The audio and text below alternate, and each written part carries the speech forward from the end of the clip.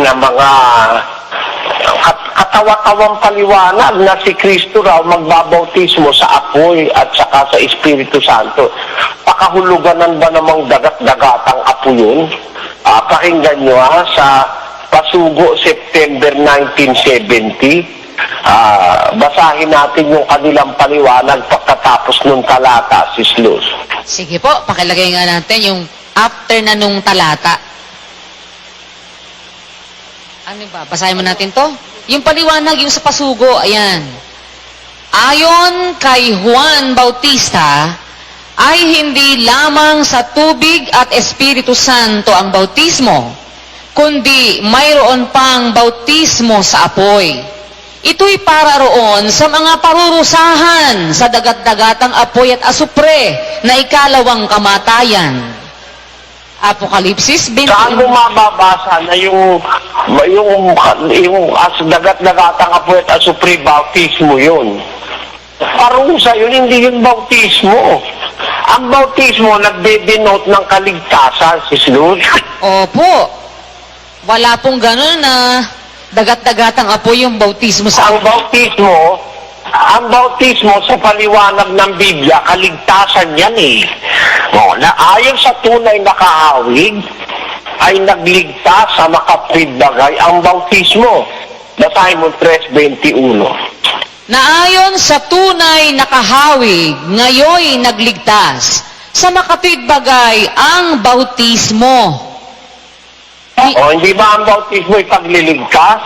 Tama. Bakit mo naman paparatangan pag nagbautismo si Kristo? Bakit naman igagano ng mga iglesia ni Manalo? Si Kristo, pag nagbautismo sa Espiritu Santo sa apoy, yung pala yung gagawin sa'yo, dadaling ka na sa dagat-dagatang apoy. Ang bautismo ay pagliligtas, hindi parusa. Nakuha mo punto ko, Sis Luz? Opo, awa ng Diyos, nakuha ko po yun. Ang bautismo ay pagliligtas. Pero lumalabas sa paliwanag nila, yung bautismo sa apoy na si Kristo ang gagawa, lalabas po parusahan ka sa dagat-dagatang apoy. Paano magiging kaligtasan yun? Mali po yun. Napakalaking kontraryo sa Biblia ang paniniwala nitong mga manalista. Gusto ko, ipunin mo lahat yan, yung kawalang ang paliwanag na yan. Tapos, lagay mo sa YouTube. Lagay mo lahat sa YouTube yung mga katarantaduhang paliwanag na yan. Pero mo, si Kristo, babautismohan ang kanyang mga lingkod sa Espiritu Santo sa apoy. Pangako yun. Hindi yun kapahamakan. Hindi ba pangako yun eh? Pakinggan ninyo Basahin natin ang Mateo 3:11. Pangako ni Juan yun na sinabi sa kanya ng Diyos Eto po. Sa katotohanan, ay binabautismuhan ko kayo sa tubig sa pagsisisi.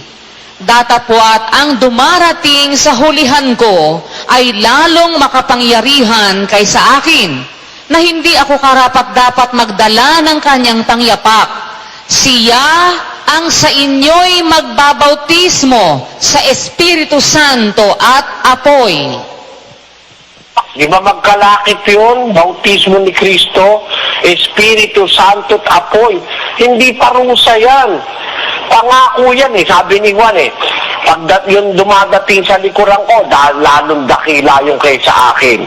Hindi nga ako karapat dapat magkalag ng panali ng kanyang panyapak Siya ang sa inyo'y magbabautismo sa Espiritu Santo at sa apoy. O di magkalakip yung bautismo sa Espiritu Santo sa apoy, paano naging dagat-dagatang apoy yun? Ang bautismo ay pagliligtas, hindi naman pagpaparusa. Tama po. At yan ay natupad at natutupad sa mga Kristiyano. Ang apoy ay larawan ng pangdadalisay. Alam mo kasi yung bautismo, Sis Luz, sa talagang kahulugan, paglilinis yan ang bautismo di ba? Opo. Ang tubig ay mahusay na panlinis. Pero mas mahusay na panlinis ang apoy. Naintindihan mo, Sis Luz? Opo. Bakit po ganon? Ang tubig nakakalinis. Pero pag ang apoy ang naglinis sa'yo, dalisay na dalisay ka pagka dumaan ka na sa apoy. Diba? Tama po. Basahin mo unang Korinto 3. Eto po, 13. Ang gawa ng bawat isa ay mahahayag, sapagkat ang araw ang magsasaysay, sapagkat sa pamamagitan ng apoy inihahayag, at ang apoy rin ang susubok sa gawa ng bawat isa kung ano yaon. Ayun, yung apoy, sumusubok yun. Yun ang pandalisay. Basahin natin ang Zacarias 13. At aking dadalhin ang ikatlong bahagi sa apoy, at sila'y dadalisayin ko na parang pilak na dalisay, at sila'y susubukin ko na parang pagsubok sa ginto. Sila'y magsisitawag sa aking pangalan, at akin silang diringgin. Aking sasabihin, siya'y bayang ko, at kanilang sasabihin, ang Panginoon ay aking Diyos. Bayang mga dadalisahin sa apoy, magiging bayan ng Diyos. Paano magiging sa impyerno at dagat-dagatang apoy yan? Ha? Nakuha mo, Sis Luz? Opo, napakamali pong interpretasyon yun. Yan, kaya maraming mga interpretasyon, hindi nga interpretasyon yun eh. Ano po yun?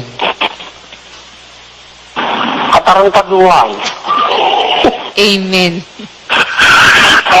Hindi man fit na tawaging interpretasyon eh, dahil katarantaduhan eh sa isang nag-iisip. Di ka maniniwala dyan sa mga pinaggagagamit na paliwanag ng Iglesia ni Manalo eh, kasi biro mo, pinangako ni Juan, dadating sa likuran niya si Kristo. Ang magbabautismo, Espiritu Santo sa apoy. Karato-rato pala yung ipinapangako sa salita ni Juan eh. Dagat-dagatang apoy pala yun. Ano ba naman yun? Kaya nga po eh. Kaya lumalabas sa kanila ang Biblia, hindi liwanag eh. Malabo sa Iglesia ni Manalo ang Biblia dahil kung saan-saan dinadala yung paliwanag na wala doon sa konteksto ng mga talata. Kasi yung apoy, napakaganda sa Biblia yan eh. Sa kanila, pag apoy, dagat-dagatang apoy. Samantalang ang apoy, ginagamit yan ng Diyos pansubok, ang dalisay. Hindi dagat-dagatang apoy yan. Kasi pag sa dagat-dagatang apoy ka napunta, hindi ka nasusubukin doon. Tarantado ka talaga, kaya ka dinala rin eh. Di ba ganon, Sis Luz? Tamang-tama po yon. Pag dinala ka sa apoy, wala nang subok-subok, nasubukan na nga, nagago ka talaga. Kaya nandun ka na. Sa dagat-dagatang apoy, hindi sa apoy. Opo. Yun. Pag dinala ka sa dagat-dagatang apoy, talagang gago ka na talaga. Pero pag dinala ka sa apoy, pagsubok yun, hindi dagat-dagatang apoy yun. Sila, lahat ng mabasang apoy, dagat-dagatang apoy na. Hindi ba gano'n? Yun nga po eh. Si Kristo, nung mabautismo ka na ni Juan, ang sabi ni Juan, siya yung sinasabi ng Diyos sa kanya na pagka binabaan ng Espiritu Santo at nanahan sa kanya, yun ang bumabautismo sa Espiritu Santo at sa apoy. Sabi ni Juan, yung dumarating pagkatapos ko, lalong dakila kay sa akin, na hindi ako karapat dapat magdala ng panali ng kanyang magdala ng kanyang pangyapak. Siya ang sa inyo'y babautismo sa Espiritu Santo at sa apoy. So, alam na ng mga Kristiyano na maraming bautismong sinasabi. Kasi binautismohan na sila ni San Juan, tapos ay binautismohan pa sila ng mga alagad ng Panginoon. Tapos sabi ng Panginoon sa kanila, yung bautismong ibabautismo sa akin, babautismohan kayo. Di ba ganon, Sis Luz? Ganon nga po. Ito, particular ito sa mga Ebreo. Ang mga Ebreo kasi, mga nauna yan sa pananampalataya eh.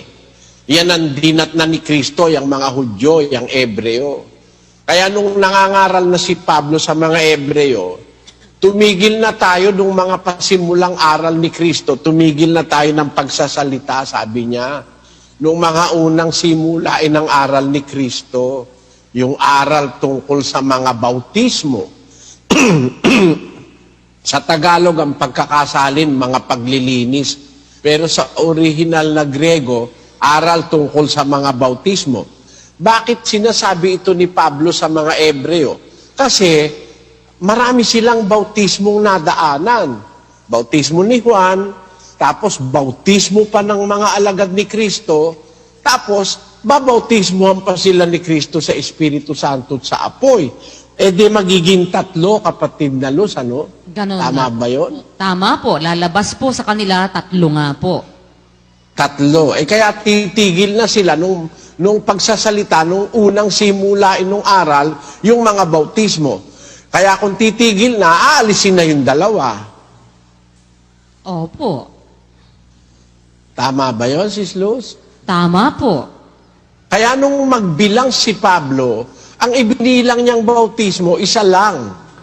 May isang katawan, isang pananampalataya, isang bautismo. So, ang pinakabalid na ikinukonsider na essence ng salvation and essence of truth, ang ibinibilang lang isang bautismo. Eh ikaw, kung ikaw si Pablo, ano yung isang bautismong ibibilang mo? Yung bautismo ni Juan, yung bautismo ng mga alagad, o yung bautismo ni Kristo sa Espiritu Santo at sa apoy? Yung pong kay Kristo, sa Espiritu Santo at sa apoy. Yun po ang ibibilang. Ang mo, Ano po? ibibilang mo. Ba't ba ganyan ang ating audio? Hindi makasagot ng... Opo, hindi ko po naririnig kompleto eh. Putol-putol po. Ba't ganun ang audio natin? O baka naman hindi alam nun yung ginagawa niya. Uy!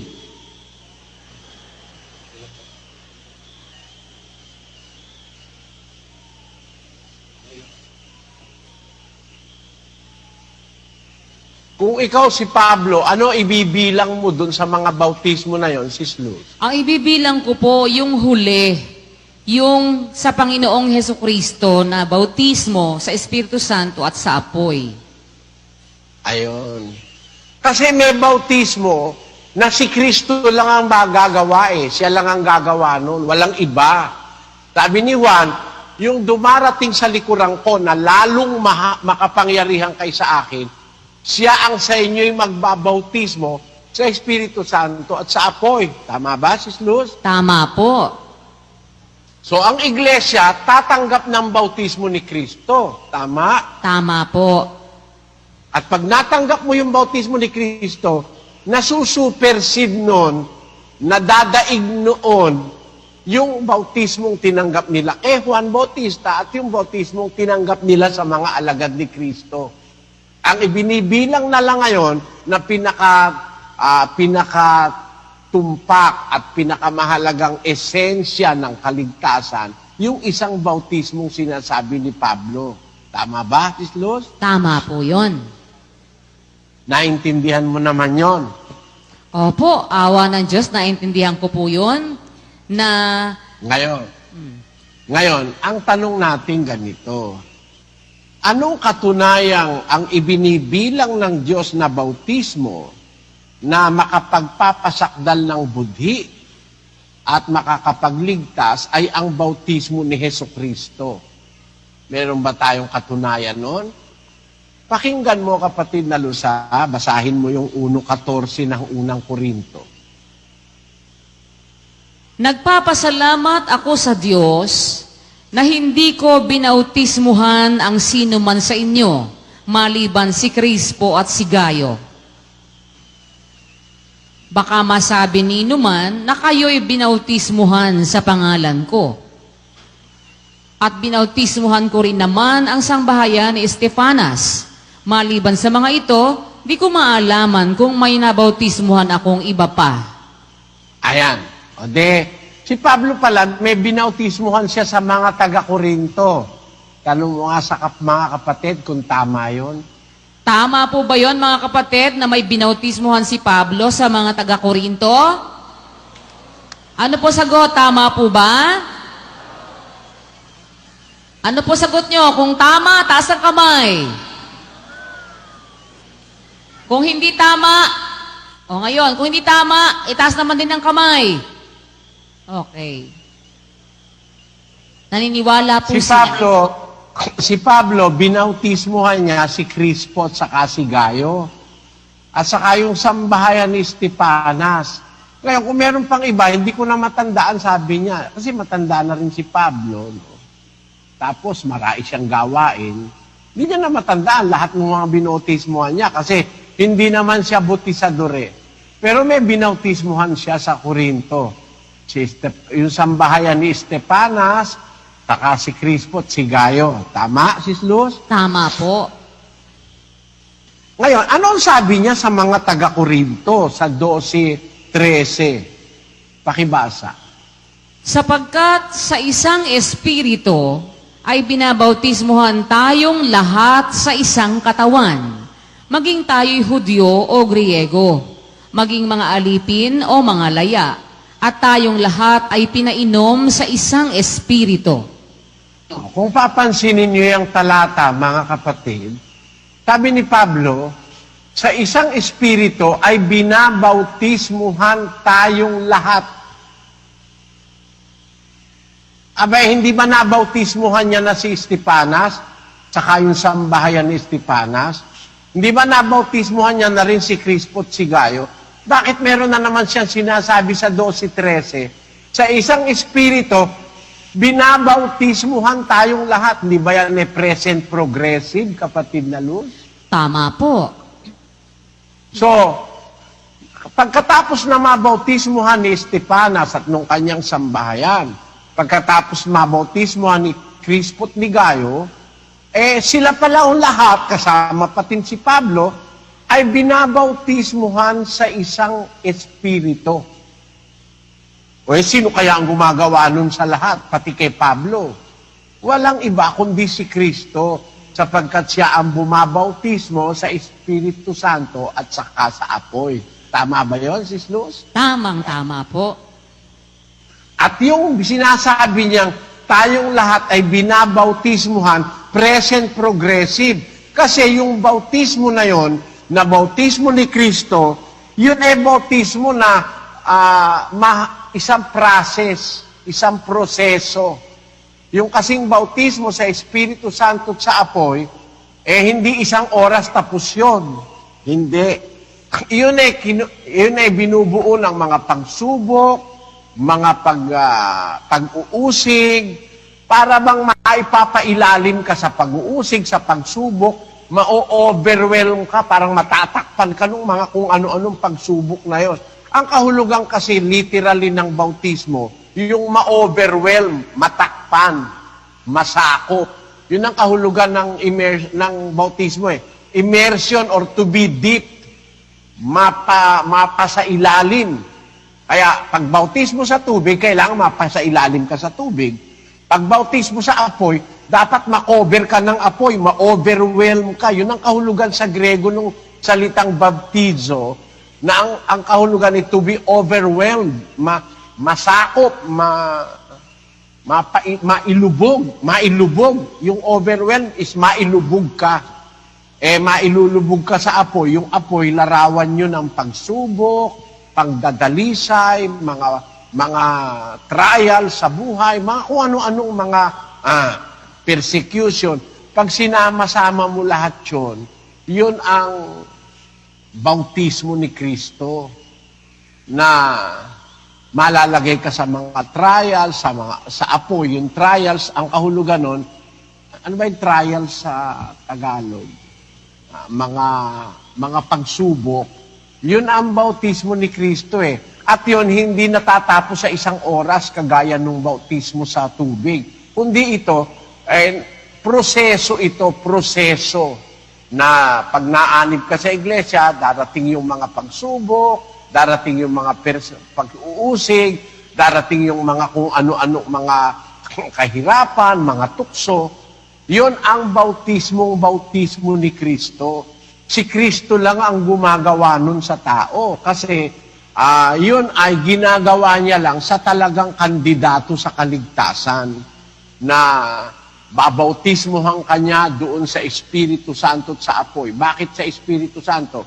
Kasi kailangan, habang sinusubo ka naman, bigyan ka naman ng Espiritu Santo na makakatulong sa iyong kahinaan para malagpasan mo lahat yung mga pagsubok. Naintindihan mo ba yon, Sis Luz? Opo, yun po, Brad Eli, naintindihan po namin na yung palang bautismo ni Kristo, hindi po sa lahat ng tao ay ino-officiate yun.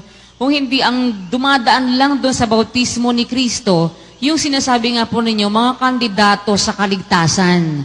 Hindi sinasabing lahat ng tao ay dadaan doon. At hindi rin lahat ng basta dumaan sa tubig na bautismo, dadaan na rin doon sa bautismo ni Kristo. Kasi meron nga pong nabautismuhan ng tubig, pero hindi naman maliligtas. Hindi po yun binautismuhan ni Kristo.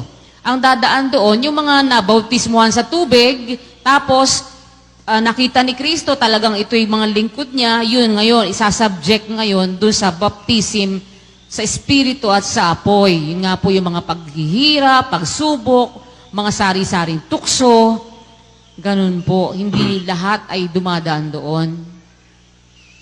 Akatuwa, inaamin ng iglesia ni Manalo na si Manalo hindi nabautismuhan. Kasi wala raw taong magbabautismo kay Manalo dahil wala raw mas mataas sa kanya.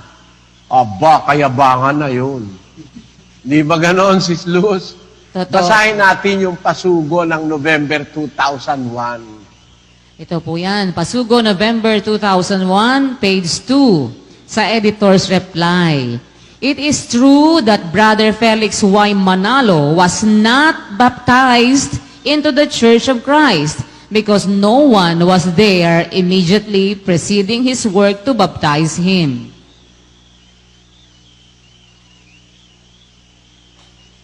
Wala raw pwedeng magbautismo sa kanya, Sis Luz. Wala nga No po. one was there immediately preceding his work to baptize him.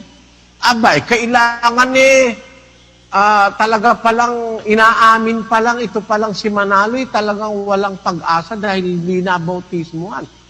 Wala raw pwedeng magbautismo kahit isa, no one. Abay, pati si Kristo dinisqualify ni Manalo na siya ay bautismuhan, Sis Luz. Yun nga po. Ay, ako hindi ko sasabihin ito kasi alam ko si Kristo may daladalang bautismo sa Espiritu Santo at sa apoy. Kaya nga nagkaroon ako ng pag-asa, Sis Luz, tanong mo sa akin kung Bakit po? Bakit po? eto. Kasi yung nagbautismo sa akin si Pilomini Wison. Pagkatapos akong mabautismohan, pagkaraan na ilang taon, tiniwalag ni kapatid na Perez. Sabi ko sa Kapna Perez, paano yung Kapna Perez ang nagbautismo sa akin, tarantado pala.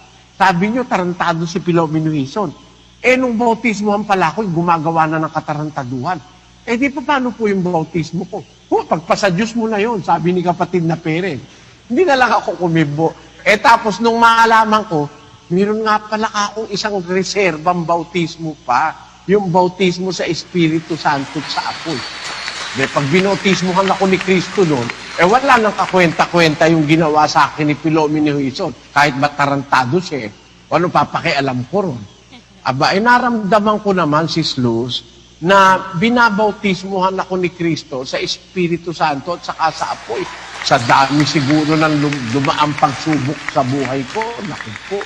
Baka kung ikaw ang nalagay sa lagay ko, Sis Luz, baka nagkatiwa-tiwarik ka kung sakali man na hindi ka sasamahan ng Espiritu Santo. At saka siguro, kung walang nagtuturong Espiritu Santo sa atin, siguro hindi natin mauunawaan itong mga nauunawaan natin ngayon. Di ba gano'n? Opo, totoo po yan talaga. Kung walang Espiritu Santo na tumutulong sa atin, nako, wala po tayo talaga magagawa. Ito lang mga naiintindihan natin ngayon. Talagang bigay po talaga ng Diyos yun sa pamamagitan ng Espiritu Santo. Natin totoo yun sabi ni Juan. Meron talagang dumarating pagkatapos niya na magbabautismo sa Espiritu Santo at sa apoy. At alam niyo mga kapatid, pagka nararamdaman nyo na binobautismohan na kayo ni Kristo sa Espiritu Santo at sa apoy, dumadating na yung pagsubok, mga pag-uusig, dumarating na yung mga kung ano-anong tukso, dumarating na yung kung ano-ano pang mga pang-uupat. Matuwa kayo, sabi ni Pedro, huwag ka malulungkot. Bakit? Nararamdaman mo, binobotismo ang ka ni Kristo, tapos malulungkot ka, magre-rebelde ka. Tanggapin nating maluwag sa kalooban yung mga pag-uusig, pinagtatakwil tayo ng mga kaibigan, tinatakwil tayo ng kamag-anak, dumarating na yung mga pagsubok, at yan na nga yung bautismo ni Kristo, na ilalagay ka sa apoy, at ilalagay ka sa mga pagsubok, para matsubok kung talagang tapat ka. At yan karangalan natin, kasi, kung karangalan nila, nabautismohan sila ni San Pedro, mas karangalan kung nabautismohan ako ni Kristo. Amen. Di ba ganun yun, Sis Luz? Amen po. Totoo po yun. Dahil si Kristo ang pinakamataas na pwedeng magbautismo sa atin. Ayun. Karangalan na, kung karangalan ng sino mang nabautismo ang kalimbawa ni Pablo, kagaya ni Estepanas, kagaya ng kanyang sambahayan, kagaya ni Crisput ni Gayo, abay mas karangalan ng mga taga-Korinto na pagkatapos nilang mabautismohan ni Pablo, binabautismohan naman sila ngayon ni Kristo sa Espiritu Santo at sa apoy. Dapat doon matuwa ka. At siguro dapat nga ron magpasalamat ka pa sa Diyos pag nararamdaman mo, binabautismohan ka na ni Kristo. Isilalagay ka na sa mga pagsubok at saka sa mga pag-uusig. Pinapayagan na niya na ikaw tuksuhin ka ng tuksuhin at buwisitin ka ng buwisitin. Matuwa ka, kapatid, kasi nangyayari na sa iyo yung prosesong sinabi ni Kristo na sa sarong ininuman ko o iinuman ko ay iinom kayo. At sa bautismo na ibabautismo sa akin ay babautismohan kayo. Kasi si Kristo, pagkatapos na siya'y mabautismohan sa ilog ng Jordan, meron pa siyang sinabing bautismong ibabautismo pa sa kanya. At ang sabi niya nga sa 12 ng Lucas, pakibasa mo. Datapwat ako'y may isang bautismo upang ibautismo sa akin. At gaano ang aking kagipitan hanggang sa ito'y maganap? Ito'y bautismo na magdudulot ng kagipitan kay Kristo. Magigipit siya, magkabi-kabila sa laman. Katakot-takot na hirap ang dadanasin niya. Iismulin siya, paparatangan siyang siya'y demonyo, paparatangan siyang makasalanan, sasampalin siya, tatadyakan, pagkatapos kung ano-anong paninira ang gagawin sa kanya, at pagkatapos huhulihin siya, tapos papako siya sa krus hanggang sa mamatay na nga siya. Kaya sabi ni Kristo, meron akong isang bautismo upang ibautismo sa akin. Gaano ang aking kagipitan hanggang sa ito'y maganap? Naganap naman awa ng Diyos. Sabi niya sa krus, Ama, naganap na ang lahat. O di naganap na pati yung bautismo. Kaya yung bautismo na yon, yun ang larawan ng kanyang paghihirap na dinaanan at yun din ang larawan ng saro na kanyang ininuman. Sabi niya ngayon sa mga alagad, sa sarong iinuman ko, hindi pa siya nakakainom nun dahil hindi pa siya pinaparusahan nun Sa sarong iinuman ko, iinom din kayo. At sa bautismo na ibabautismo sa akin, babautismohan din kayo. Kaya tayong lahat dapat makainom sa saro at mabautismohan nung bautismong ibinautismo sa Kristo. Yun ang final na baptism sa Kanya. Hindi yung baptism kay Juan ang final baptism.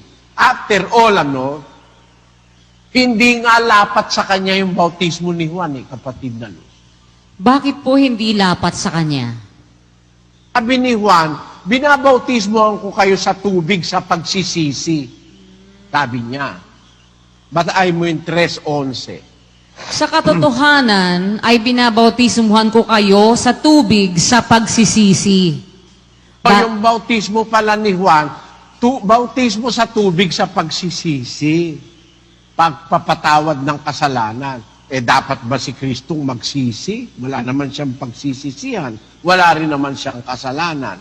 Kaya lang siya pumayag na mabautismuhan para magbigay ng halimbawa. Di ba ganon, Sis Luz? Totoo po yun.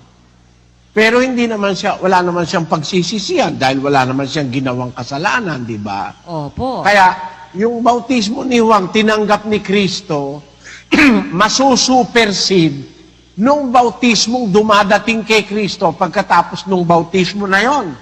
Nabautismohan na siya ni Juan, babautismohan pa siya uli ng isang bautismo na ang sabi niya, gaano kaya ang kagipitan ko hanggang ito'y maganap? At naganap naman. Nagipit naman siya talaga.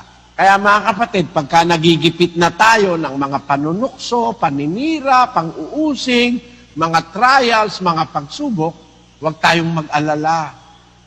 Dapat matuwa tayo. Pag naramdaman mo, hirap na hirap ka na, ay, pumunta ka na sa stage, magpasalamat ka sa Diyos at umawit ka. Bakit? Binabautismohan ka na ni Kristo. Ang ibig sabihin, kandidato ka na sa kaligtasan. Di ba ganon, Sis Luz? Amen po. Yan ang ating paksa.